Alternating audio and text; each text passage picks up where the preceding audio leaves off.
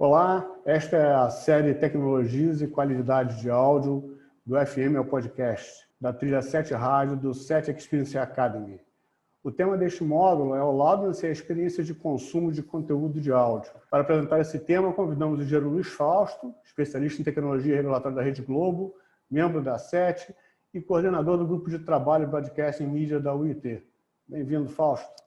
Obrigado, Marco. Então, hoje nós vamos tratar sobre loudness, tentar apresentar os conceitos básicos sobre o que é loudness e tratar um pouco de como isso afeta a experiência de consumo de conteúdo de áudio. Provavelmente, todos os produtos de áudio, rádios, podcasts, esse é uma das reclamações mais recorrentes, essa é uma das reclamações mais recorrentes em termos de qualidade de áudio, exatamente a variação de percepção de volume, né, de intensidade sonora, quando você comuta de um conteúdo para outro conteúdo, ou que o consumidor não consegue entender o seu programa de rádio ou de podcast quando ele está num ambiente muito barulhento, ou assim por diante. Então, vamos tentar entender os conceitos básicos por trás disso e como isso pode ajudar a melhorar a experiência de consumo, a inteligibilidade, a qualidade percebida do áudio. Primeiro, entender que a gente tem diversas maneiras de medir o volume ou a intensidade sonora. Uma maneira muito popular, desde que a gente começou a usar áudio digital, é usar o medidor de pico,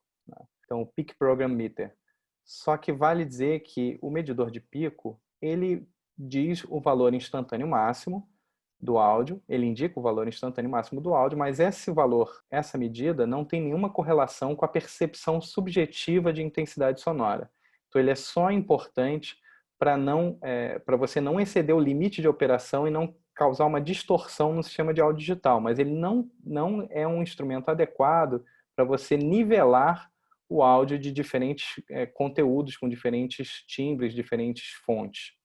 Eu vou dar aqui dois exemplos de dois conteúdos que um não sofreu compressão, o outro sofreu compressão, né, compressão dinâmica aqui, e os dois foram ajustados para ter exatamente a mesma leitura num ppm digital, e vocês vão perceber que eles não têm a mesma percepção subjetiva de intensidade sonora.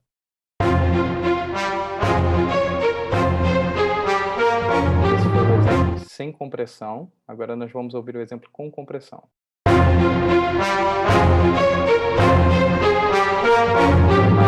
Vocês devem ter conseguido perceber que o segundo exemplo ele parece, do ponto de vista da percepção subjetiva, muito mais alto do que o primeiro, embora, se você fosse medir esses dois conteúdos num ppm, eles iam mostrar exatamente a mesma medida, né? Simplesmente porque um teve processamento de dinâmica e o outro não. Então, já demonstramos que o ppm não é um instrumento adequado para nivelar a percepção subjetiva de intensidade sonora. Agora, o outro instrumento bastante usado para nivelar áudio é o VU. O VU, ele indica a potência média, o RMS do sinal.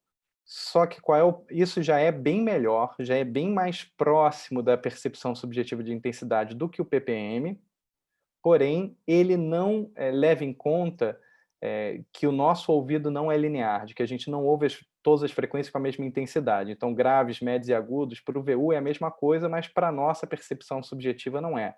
Então, vocês vão ouvir aqui 3 exemplos. Os 3 medem exatamente o mesmo resultado no VU, mas a gente não percebe os 3 com a mesma intensidade. Vamos ouvir.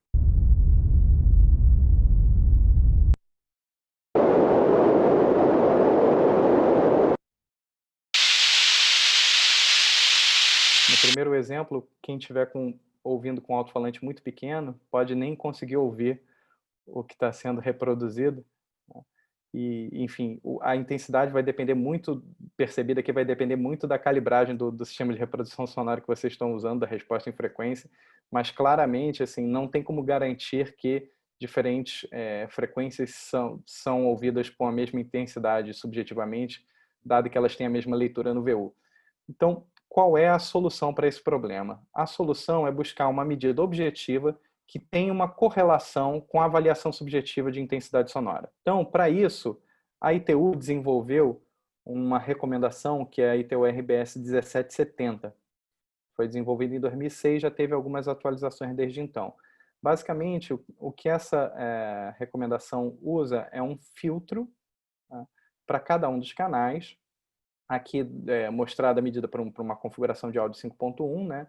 o LFE não é usado na medida, só os canais principais.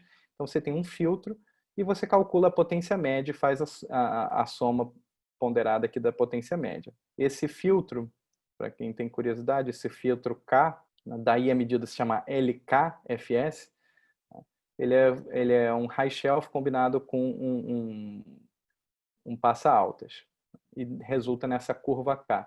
Então, basicamente, você faz uma medida de potência do áudio filtrado por essa curva, então essa curva de alguma maneira aproxima a nossa percepção de intensidade sonora para as diferentes frequências, e aí você faz uma soma ponderada de todos os canais que compõem o seu áudio para você ter uma medida de loudness. Mas é importante destacar que mesmo que você ajuste o loudness médio de 2 programas, quando você coloca 2 programas descorrelacionados, um emendado no outro, como é um caso clássico de você ter um programa seguido de um comercial, né? Mesmo que o loudness médio esteja exatamente igual, isso não garante que você vai ter transições necessariamente suaves, porque ao longo do programa você tem variações de intensidade sonora, então você pode estar tendo a sua transição num momento em que o áudio, o programa anterior, estava num momento mais baixo dentro da sua dinâmica e o programa seguinte entra num momento mais alto dentro da sua dinâmica. Mesmo que a média dos dois esteja perfeitamente nivelada, ali você vai ter alguma descontinuidade. Essa descontinuidade pode ser aceitável ou não, e as pessoas têm uma certa tolerância que a gente também vai olhar qual seria essa tolerância. Mas então nota que só olhar o nível médio, como estava prescrito na 1770, não é suficiente. Então a EBU fez uma outra recomendação, que é a EBU R128, que ela pega a 1770 e ela acrescenta a ela, dizer, eu preciso olhar esse resultado da medida de loudness em diferentes janelas. Eu preciso olhar o loudness numa janela muito curta, que é o momentâneo aqui de 400 milissegundos, numa janela um pouco mais lenta de 3 segundos, e preciso olhar a média do programa inteiro. Tá? E aí eles chamaram essa medida de loudness de LUFS. Tá? Note que LUFS e LKFS é exatamente a mesma coisa. As duas coisas se referem à mesma unidade, tá? É só que a ITU chamou de LKFS e a EBU chamou de LUFS. Mas é a mesma coisa. E a outra coisa que a EBU R128 introduziu é quando você faz uma medida de loudness de um programa, ele também te dá uma análise estatística de quanto que o loudness variou ao longo do programa, para você ter uma ideia se é um programa com uma excursão dinâmica muito grande, né, ou uma excursão dinâmica pequena. Então, voltando à questão lá da tolerância subjetiva, Dolby e TC Electronic fizeram anos atrás exatamente esse tipo de investigação de qual era a tolerância dos ouvintes, tá, para variação de loudness dos programas. E eles chegaram a resultados muito parecidos, de que a maioria das pessoas elas vão tentar ajustar o volume, né, seja da TV, do rádio, do podcast, seja lá o que for, quando o programa seguinte, né, que na transição, ele subiu 3 dB ou mais em relação ao programa anterior. E aí as pessoas vão tentar ajustar o volume para baixo. Se o volume cair 6 dB ou mais, as pessoas vão ajustar o volume para cima. Então, mais ou menos, esse é o limiar ali de tolerância das pessoas, né? Aceitam transições para cima até 3 e para baixo até 6 dB de diferença entre naquele momento do corte, da transição de um programa para o outro. Então, note, como é que a gente pode fazer a normalização de loudness para tentar melhorar essa experiência do telespectador ou do ouvinte, né, do consumidor daquele programa? Então, um jeito é ajustar durante a produção ou pós-produção. E aí a ideia básica é você usar medidores de loudness, como eu mencionei, não fazer o ajuste baseado em uma leitura de ppm ou de VU, mas fazer o ajuste baseado em medidores de loudness e tentar manter o nível de reprodução da sua sala de mixagem sempre constante, de forma que o seu ouvido vá se acostumando a qual é aquela referência de loudness para aquele nível de monitoração. E com o tempo, como o loudness está bem correlacionado com a percepção subjetiva, com o seu próprio ouvido você vai conseguir manter uma consistência ali de loudness dos programas que você está mixando. A outra possibilidade, naturalmente, e que a gente deve sempre usar com moderação é usar pós-processamento. Então, basicamente, qual pós-processamento é necessário? Bom, se o nível de loudness médio do programa estiver errado, né, que aí é o que a gente está chamando aqui de LK errado, então isso significa que você tem que fazer um ganho ou atenuação, dependendo de qual é o seu target. Se o seu target é menos 24 LKFS, que o programa está em menos 20, você tem que baixar 4 dB. Se ele está em menos 30, você tem que subir 6 dB, por exemplo. Se o LRA do programa está alto, quer dizer, se ele tem uma excursão dinâmica muito grande para aquele tipo de plataforma que você está fazendo distribuição, então, por exemplo, você quer que as pessoas consigam entender ou ouvir bem o seu programa num ambiente muito ruidoso. Então, você não pode ter uma excursão dinâmica muito grande porque vai ficar difícil de ouvir dado o ruído de fundo do usuário. Então, se o LRA estiver muito alto, você vai ter que fazer uma compressão dinâmica para reduzir a excursão, a faixa dinâmica. Se o True Peak estiver acima do limite de clipping da sua plataforma, naturalmente o que resolve é um limiter. E esse processamento de loudness, ele pode tanto ser file-based quanto real-time. O file-based sempre vai ter resultados melhores, com mais qualidade, porque ele está analisando o áudio e aplicando as correções não em tempo real, né? Ele está analisando o conteúdo inteiro e fazendo uma correção otimizada para aquele conteúdo.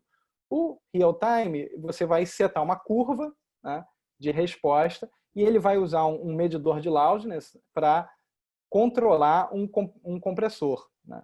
Então, um processador de dinâmica, né? Então, isso a gente tem que sempre usar com moderação, porque tem sempre chance de degradar a qualidade de áudio, né, e de ter artefatos indesejáveis. A outra possibilidade de normalização é durante a reprodução. E aí essa normalização durante a reprodução seria baseada em metadados. Note que isso só é possível quando você está tratando de distribuição digital. Então isso, por exemplo, não se aplica para distribuição via rádio FM, por exemplo, mas se aplica em alguns casos para distribuição de podcast ou distribuição de áudio pela internet, quando o codec que está sendo usado para distribuição suportar metadados de loudness. Nesse caso, o que é crítico é que as informações de loudness estejam corretamente autoradas no bitstream. Naturalmente, se a correção é feita no decodificador, baseado no metadado, se o metadado estiver incorreto, a correção será incorreta. Então, você pode piorar ainda mais a situação. Então, quando você usa metadados, você tem que garantir que esse metadado é suportado e que ele está corretamente representado no bitstream. Agora, qual seria a vantagem de fazer no ambiente de reprodução? Permitir ao usuário ter diferentes opções, tanto de nível médio quanto de faixa dinâmica para reprodução. Então, você pode estar num ambiente de reprodução mais ruidoso e você querer trabalhar com uma faixa dinâmica menor e com um nível dinâmico com um nível médio mais alto, quanto você pode estar num ambiente silencioso, com uma condição de monitoração boa, e você querer trabalhar com um nível médio um pouco mais baixo e uma faixa dinâmica maior. Então, você dá essas opções para o usuário, para o consumidor daquele áudio, para ele ajustar a reprodução ao seu ambiente e otimizar a qualidade para cada ambiente. Para finalizar, apenas alguns exemplos de normalização aqui de programa e comercial, quando a gente normaliza os dois conteúdos pelo pico, por RMS ou por loudness. Então vamos ouvir como é que fica em cada um dos casos.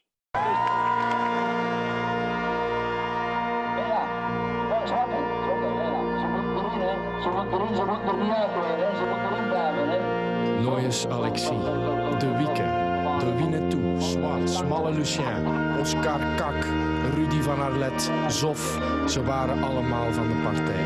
Maar geen van hen kon vermoeden dat een strobber hen zo makkelijk naar de totale vernedering zou zuipen. I love Bosco, it's rich in chocolate tea. Chocolate flavored Bosco is mighty good for me. Mama puts it in my milk for extra energy. Bosco gives me iron and sunshine vitamin D. Oh, I love Bosco, that's the drink for me.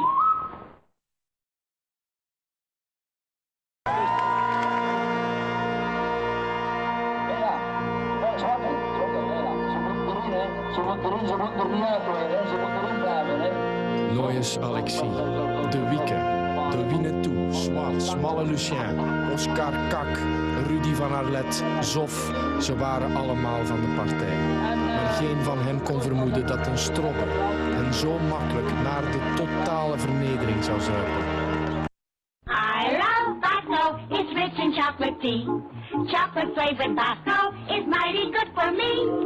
Mama puts it in my milk for extra energy. Bosco gives me iron and sunshine vitamin D. Oh, I love Bosco, that's the drink for me.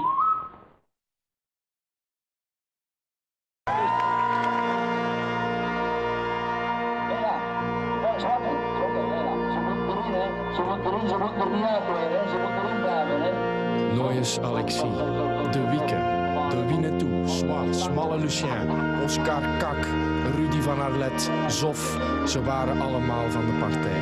Maar geen van hen kon vermoeden dat een strobber hen zo makkelijk naar de totale vernedering zou zuipen. I love Bosco, it's rich in chocolate tea. Chocolate flavored Bosco is mighty good for me. Mama puts it in my milk for extra energy. Bosco gives me iron and sunshine vitamin D. Oh, I love Bosco, that's the drink for me. Naturalmente é apenas um exemplo, né? E se você testar isso com diferentes conteúdos, você vai ter resultados diferentes, mas de uma maneira geral, o resultado de normalização por pico é o mais inconsistente. O resultado de normalização por RMS é mais aceitável que a normalização por pico, mas o resultado de normalização por Loudness ele é bastante robusto a diferenças de composição espectral, processamento dinâmico, para garantir uma experiência mais confortável para o seu ouvinte, usuário, telespectador, enfim. Obrigado, era esse o recado, fico à disposição. Obrigado, Fausto, pela apresentação e pela participação na trilha 7 Rádio do 7 Experience Academy.